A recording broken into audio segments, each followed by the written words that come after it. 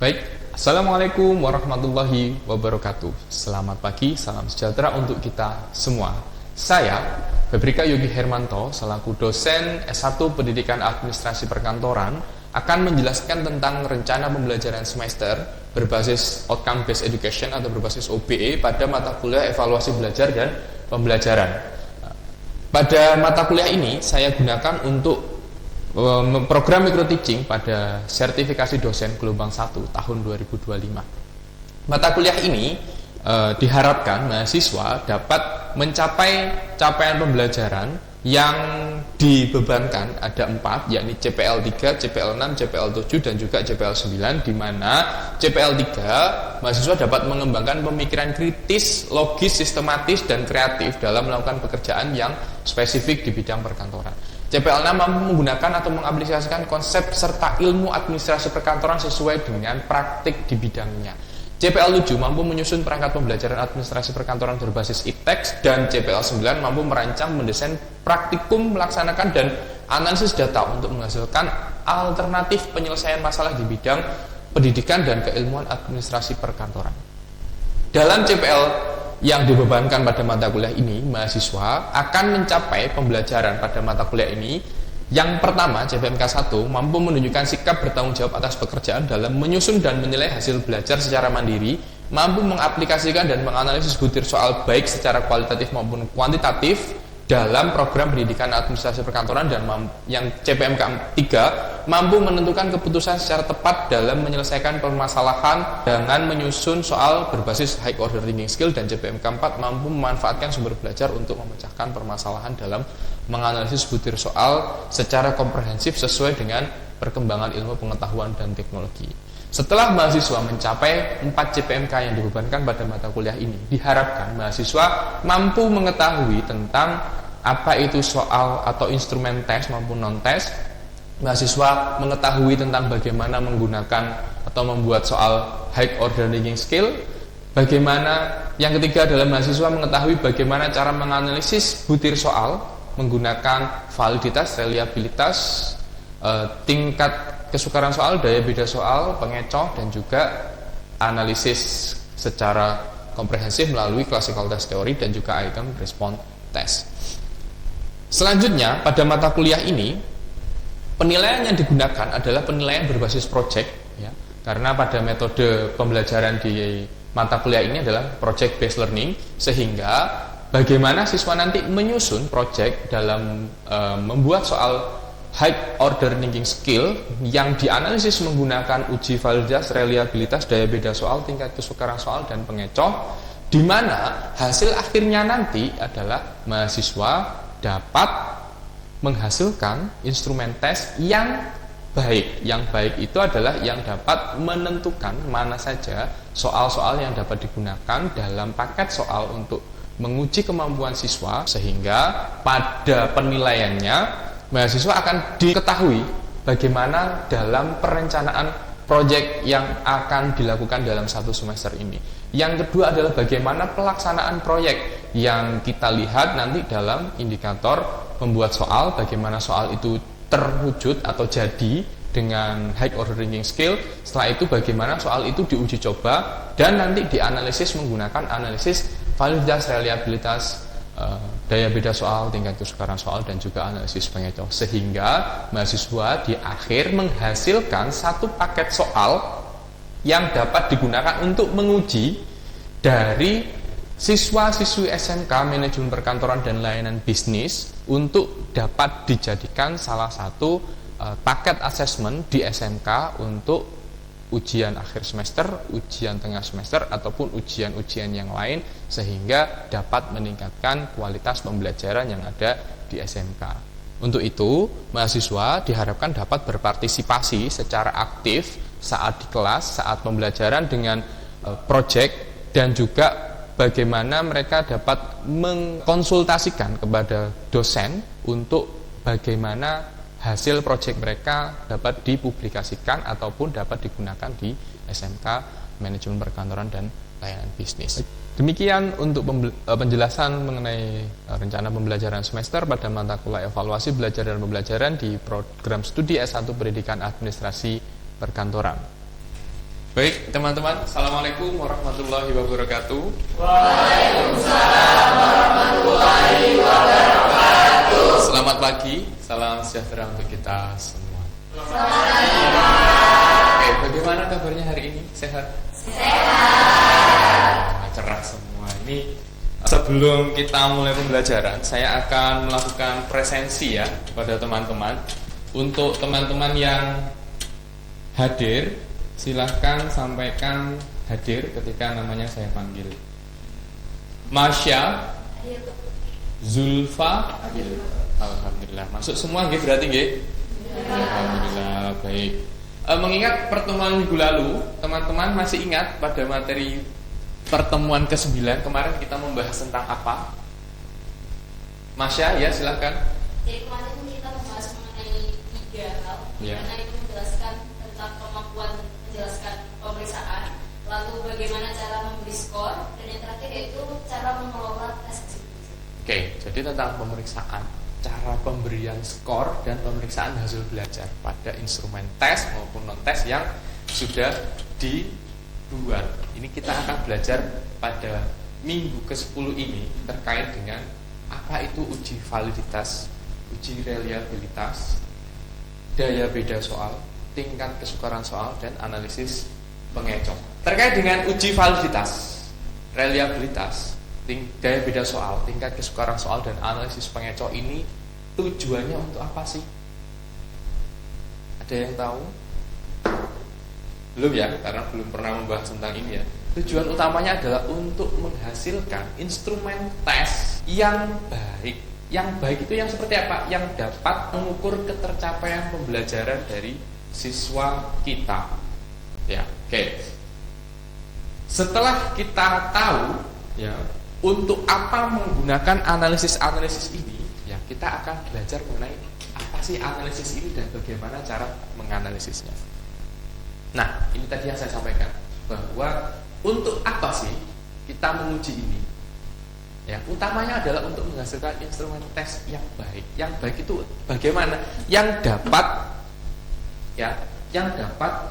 mengukur ketercapaian belajar dari siswa. Oke.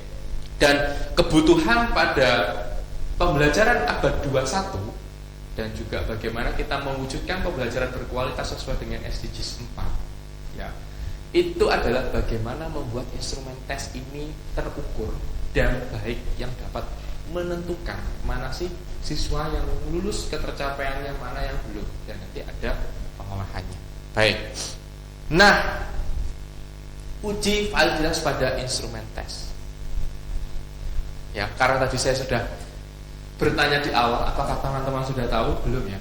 Nah, karena di era teknologi sekarang, silakan teman-teman buka HP-nya masing-masing, buka laptopnya masing-masing. Kita belajar ya memanfaatkan teknologi. Nah, karena sekarang adalah eranya AI, silakan teman-teman buka AI apa yang kira-kira biasa teman-teman punya. Mau ChatGPT, mau Perplexity, mau Gemini dan sebagainya, silakan ya. Cari tahu tentang apa itu uji validitas. Silakan. Oke. Sudah? Apa itu uji validitas? Ada yang ingin menyampaikan pendapatnya? Raffi? Ya, silakan. Uji validitas adalah kemampuan suatu instrumen penelitian seperti penilaian seperti tes atau kuis untuk mengukur apa yang seharusnya diukur. Terus ada beberapa jenis validitas. Ada 3, validitas isi, validitas konstruk, dan validitas kriteria. Oke, itu menurut apa Mas? ChatGPT atau Perplexity? Peta AI. Peta AI. Menurut Mas Raffi sendiri setelah membaca, apa itu uji validitas Mas Raffi? Jadi uji validitas ini adalah suatu uji yang digunakan untuk menguji soal seberapa valid soal tersebut untuk menjadi bahan penilaian kepada siswa. Oke. Itu ya, uji validitas adalah untuk menguji bagaimana soal ini ya valid atau tepat sasaran dalam mengukur ketercapaian pembelajaran siswa. Seperti yang disampaikan Mas Raffi tadi, saya sampaikan juga bahwa uji validitas kata kuncinya adalah tepat sasaran. Ya, kata kuncinya adalah tepat sasaran. Tepat sasaran dalam apa? Dalam mengukur ketercapaian siswa. Karena ini untuk instrumen tes soal. Beda lagi dengan instrumen penelitian nanti mirip-mirip tapi konteksnya berbeda. Ini untuk menguji ketepatan dalam soal itu dalam mengukur ketercapaian siswa. Oke, cara mengukurnya bagaimana? Nah, ini cara mengukurnya ada rumusnya. Rumusnya adalah, nah ini saya ambil dari pendapatnya Ibu Aripunto, di mana untuk mengukur validitas pada soal pilihan ganda itu bisa dilihat YPBI atau koefisien korelasi biserial, ya, itu dapat dilihat dari rata skor dari subjek yang menjawab benar yang dicari validitasnya dikurangi rata skor total dibagi ST adalah standar deviasi dari skor total proporsi, ya, dikalikan akar P proporsi siswa menjawab benar dengan dibagi akar Q proporsi siswa yang menjawab salah. Ya, jadi itu adalah komponen yang dapat dilihat pada uji validitas. Nah, uji validitas ini nanti bisa kita lakukan, ya, dengan menggunakan Excel atau kita dapat menggunakan SPSS. Oke, intinya tadi yang saya sampaikan di awal, bagaimana soal itu dapat dianggap tepat sasaran dalam mengukur ketercapaian belajar siswa. Ya, intinya untuk itu. Nah, reliabilitas. Apa uji reliabilitas? Coba digunakan lagi. Oke, siapa yang berpendapat? Silakan, Safira. Jadi uji reliabilitas itu adalah metode untuk mengukur sejauh mana soal itu seperti kuesioner memberikan hasil yang konsisten atau stabil jika digunakan berulang kali pada subjek yang sama. Oke, itu menurut Gemini. Kalau menurut Mbak Safira, reliabilitas atau uji reliabilitas itu apa sih? Menurut saya itu uji reliabilitas itu adalah pengujian sebuah instrumen untuk mengetahui keyakinan tes itu memberikan hasil yang konsisten jika dilakukan berulang kali pada situasi yang sama. Oke, kata kuncinya konsisten. Kalau bahasanya orang Jawa itu ajek.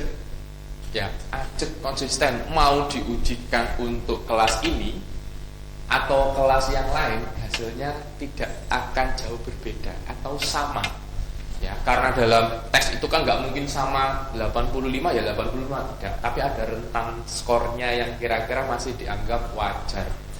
Itu yang disebut dengan reliabilitas.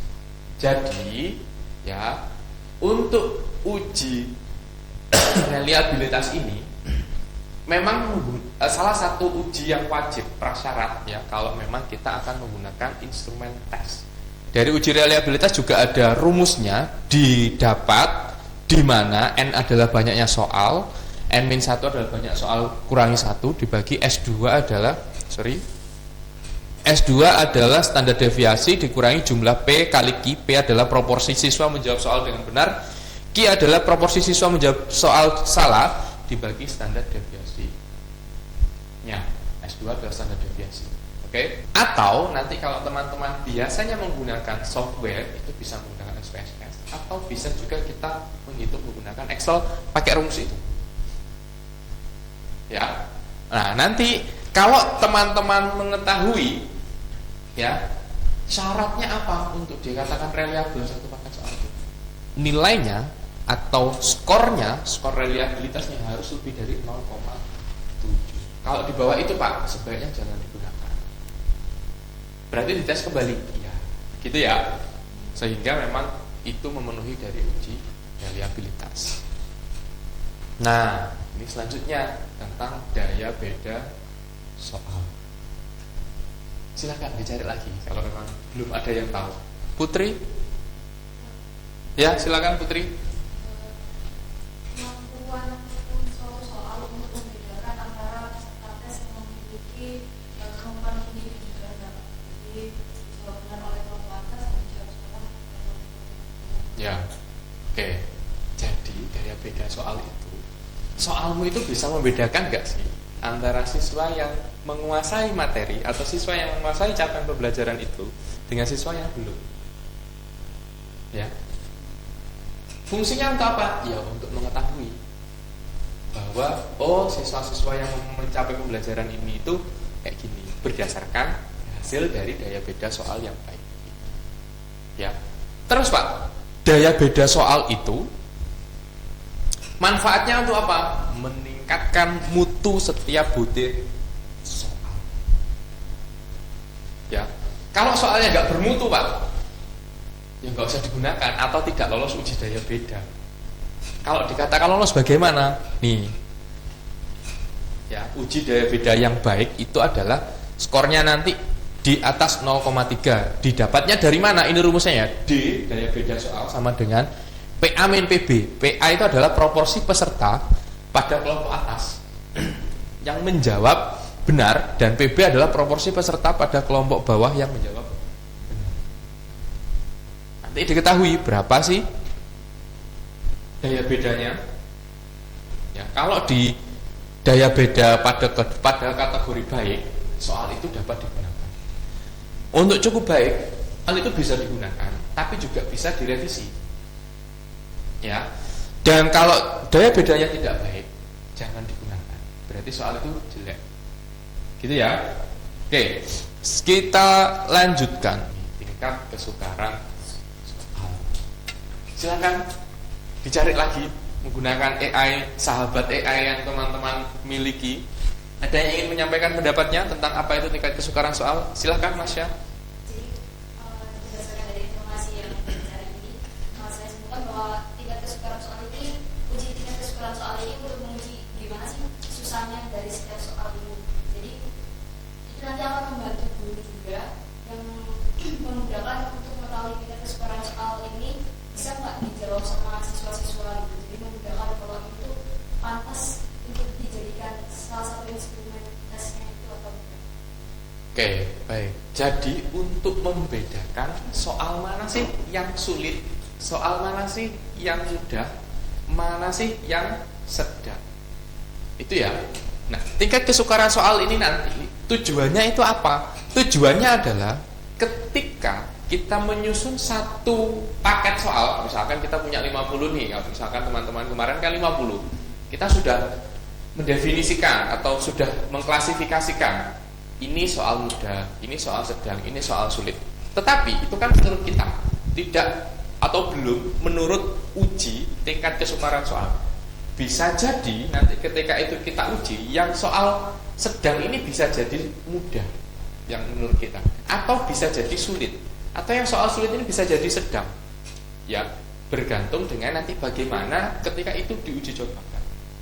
Nah, kalau sudah tahu, nah nanti dalam menyusun paket soal itu sebaiknya proporsional. Contoh ya, soal sulitnya 25%, sedangnya 50%, mudahnya 25%. Ataupun dengan proporsi yang seperti apa yang kira-kira dibutuhkan dalam ujian ataupun tes yang akan digunakan oleh teman-teman. Ya, tujuan utamanya untuk itu. Kenapa? Mesak nih, kalau misalkan ya dalam satu paket soalnya sulit semua kan yo. Kalian kan tahu kan gimana caranya kalau kita harus struggle mengerjakan soal yang sulit. Belum sampai nomor 10, padahal 50 soal, itu rasanya sudah tenaganya sudah kayak habis kan gitu ya. Begitupun dengan ketika kita menjadi guru juga harus mempertimbangkan itu. Dan ketercapaian siswa itu juga jangan dianggap kalau ingin tercapai ya bikin soal yang mudah-mudah, ya jangan, nggak akan tahu nanti siswa mana yang punya kemampuan lebih dan siswa mana yang memang belum mampu pada tahap tertentu. Makanya perlu ada karakteristik ataupun klasifikasi tingkat kesukaran soal mudah, sedang ataupun sulit. Itu ya. Tujuannya kira-kira seperti itu. Ya. Terus mengukurnya bagaimana? Nih mengukurnya. Tingkat kesukaran soal atau diistilahkan dengan I sama dengan B adalah jumlah siswa yang menjawab soal benar. J adalah jumlah seluruh siswa peserta tes. Itu ya.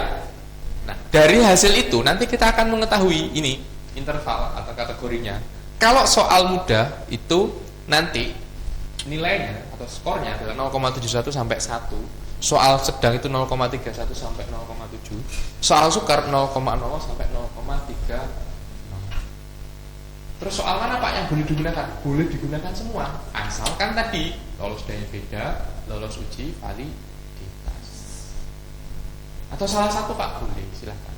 Mau daya beda yang digunakan atau validitas yang digunakan boleh. Ini hanya membantu dalam membuat satu paket soal yang proporsional bahasanya ya.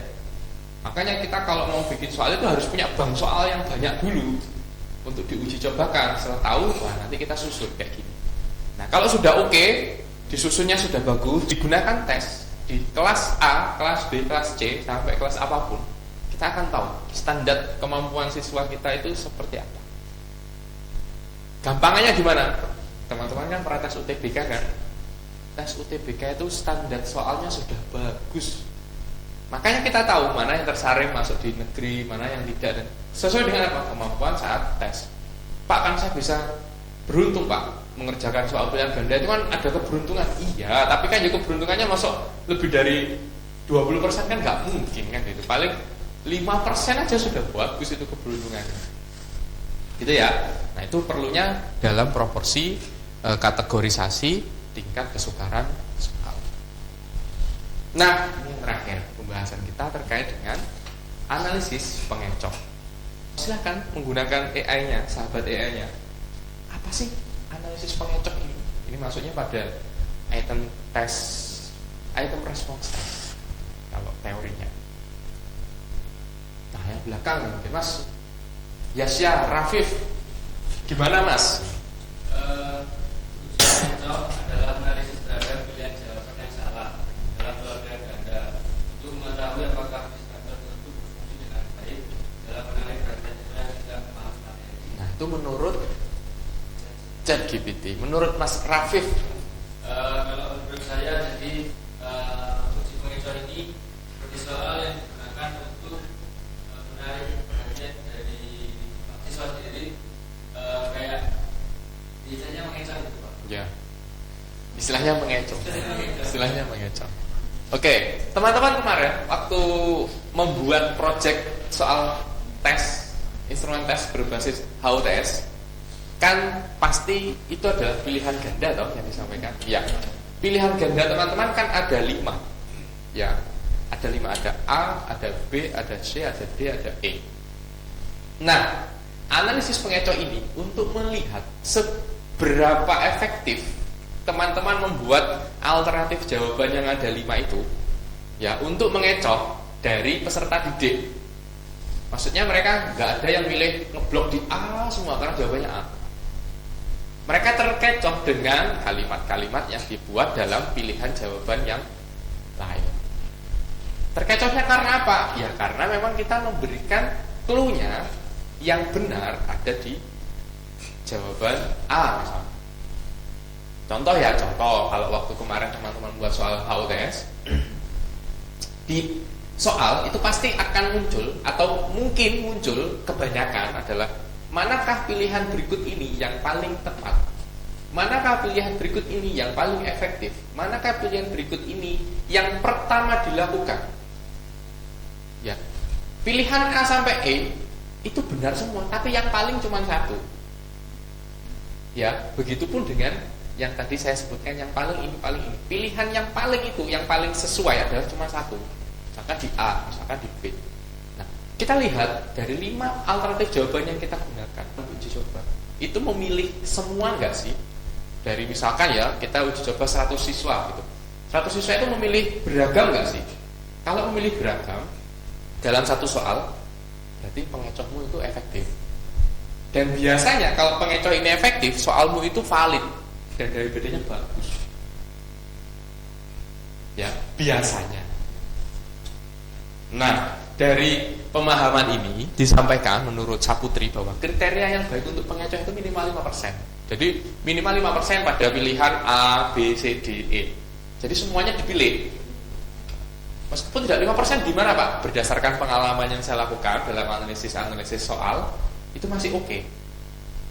Tapi yang bagus itu 5% dari total siswa yang kita gunakan dalam uji coba. Ini terkait dengan efektivitas pengecoh. Baik. Berdasarkan apa yang kita pelajari hari ini, ya, kita tahu bahwa soal itu atau instrumen tes itu harus lolos uji validitas. Validitas itu apa? Ketepatan dalam mengukur ketercapaian pembelajaran, reliabilitas, keajekan atau konsistensi. Ya, daya beda soal bisa membedakan siswa mana yang menguasai materi atau capaian pembelajaran, siswa mana yang belum. Tingkat kesukaran soal dalam membuat instrumen itu harus proporsional antara soal sulit, mudah, sedang. Dan pengecoh untuk mengetahui pengecoh kita atau alternatif pilihan jawaban kita itu efektif dalam mengecoh siswa yang tidak memiliki kemampuan atau pemahaman terkait dengan soal itu. Kalau soal kita sudah lolos ini mau digunakan untuk ujian di kelas A, kelas B, kelas C, kelas D, teman-teman bisa memastikan yang mampu adalah siswa ini, yang belum mampu siswa ini. Dan nanti pertemuan akhir itu ada bahasan tentang bagaimana mereka yang tidak mampu diberikan tambahan jam atau diberikan remedi, diberikan soal tambah dan sebagainya. Untuk apa? Mencapai dari ketercapaian yang minimal kita tentukan atau kita sesuaikan dengan kurikulum yang berlaku. Baik, di sini ada yang ingin ditanyakan? Cukup ya? Sangat jelas sekali ya penjelasannya ya. Semoga apa yang kita pelajari hari ini ya teman-teman dalam menyusun instrumen tes nanti yang menjadi proyek berikutnya ya adalah teman-teman menguji coba soal atau instrumen tes yang sudah dibuat yang berbasis high order taking skill atau HOTS ke siswa SMK, karena kemarin kita kan membuatnya berdasarkan kebutuhan yang ada di pembelajaran SMK. Yang kedua, hasil uji coba silahkan direkap. Direkapnya apa? Misalkan jawaban nomor 1 dari Mas Radit misalkan ya, itu adalah A, ya wes ditulis A. Nanti jawaban nomor 2 B, nomor 3 C dan sebagainya gitu. Dan yang selanjutnya adalah dianalisis untuk mengetahui validitas, reliabilitas, daya beda soal, tingkat kesukaran soal, dan analisis pengecoh. Di pertemuan berikutnya kita akan belajar untuk bagaimana sih menganalisis dari beberapa analisis ini menggunakan statistik software SPSS sama Anbuso ya. Nanti teman-teman bagi yang belum punya silakan untuk menghubungi saya untuk saya beri software SPSS sama Anbuso. Kita akan uji coba menggunakan data yang saya miliki untuk tahu nanti ketika teman-teman sudah dapat data, teman-teman harus mengujinya seperti apa, karena itu nanti yang akan menjadi proyek kita pada pembelajaran di akhir di mata kuliah evaluasi belajar dan pembelajaran. Baik, untuk proyeknya apakah ada yang ditanyakan? Cukup jelas ya? Baik, jika cukup jelas teman-teman, kurang lebihnya yang perlu saya sampaikan terkait dengan pembelajaran hari ini mengenai uji validitas, reliabilitas, daya beda soal, tingkat kesukaran soal, dan analisis pengecoh pada soal tes atau instrumen tes dicukupkan untuk pertemuan hari ini. Semoga apa yang kita pelajari hari ini ya bisa bermanfaat untuk kita semuanya. Baik, saya tutup. Terima kasih banyak. Ihdinas siratal mustaqim wabillahi taufiq wal hidayah. Wassalamualaikum warahmatullahi wabarakatuh. Waalaikumsalam warahmatullahi wabarakatuh. Baik. Demikian proses pembelajaran yang telah dilakukan. Terima kasih kepada tim penilai atau reviewer Civitas Akademika di Fakultas Ekonomika dan Bisnis, dan juga tim yang telah membantu dalam pelaksanaan video pembelajaran atau micro teaching pada kesempatan ini.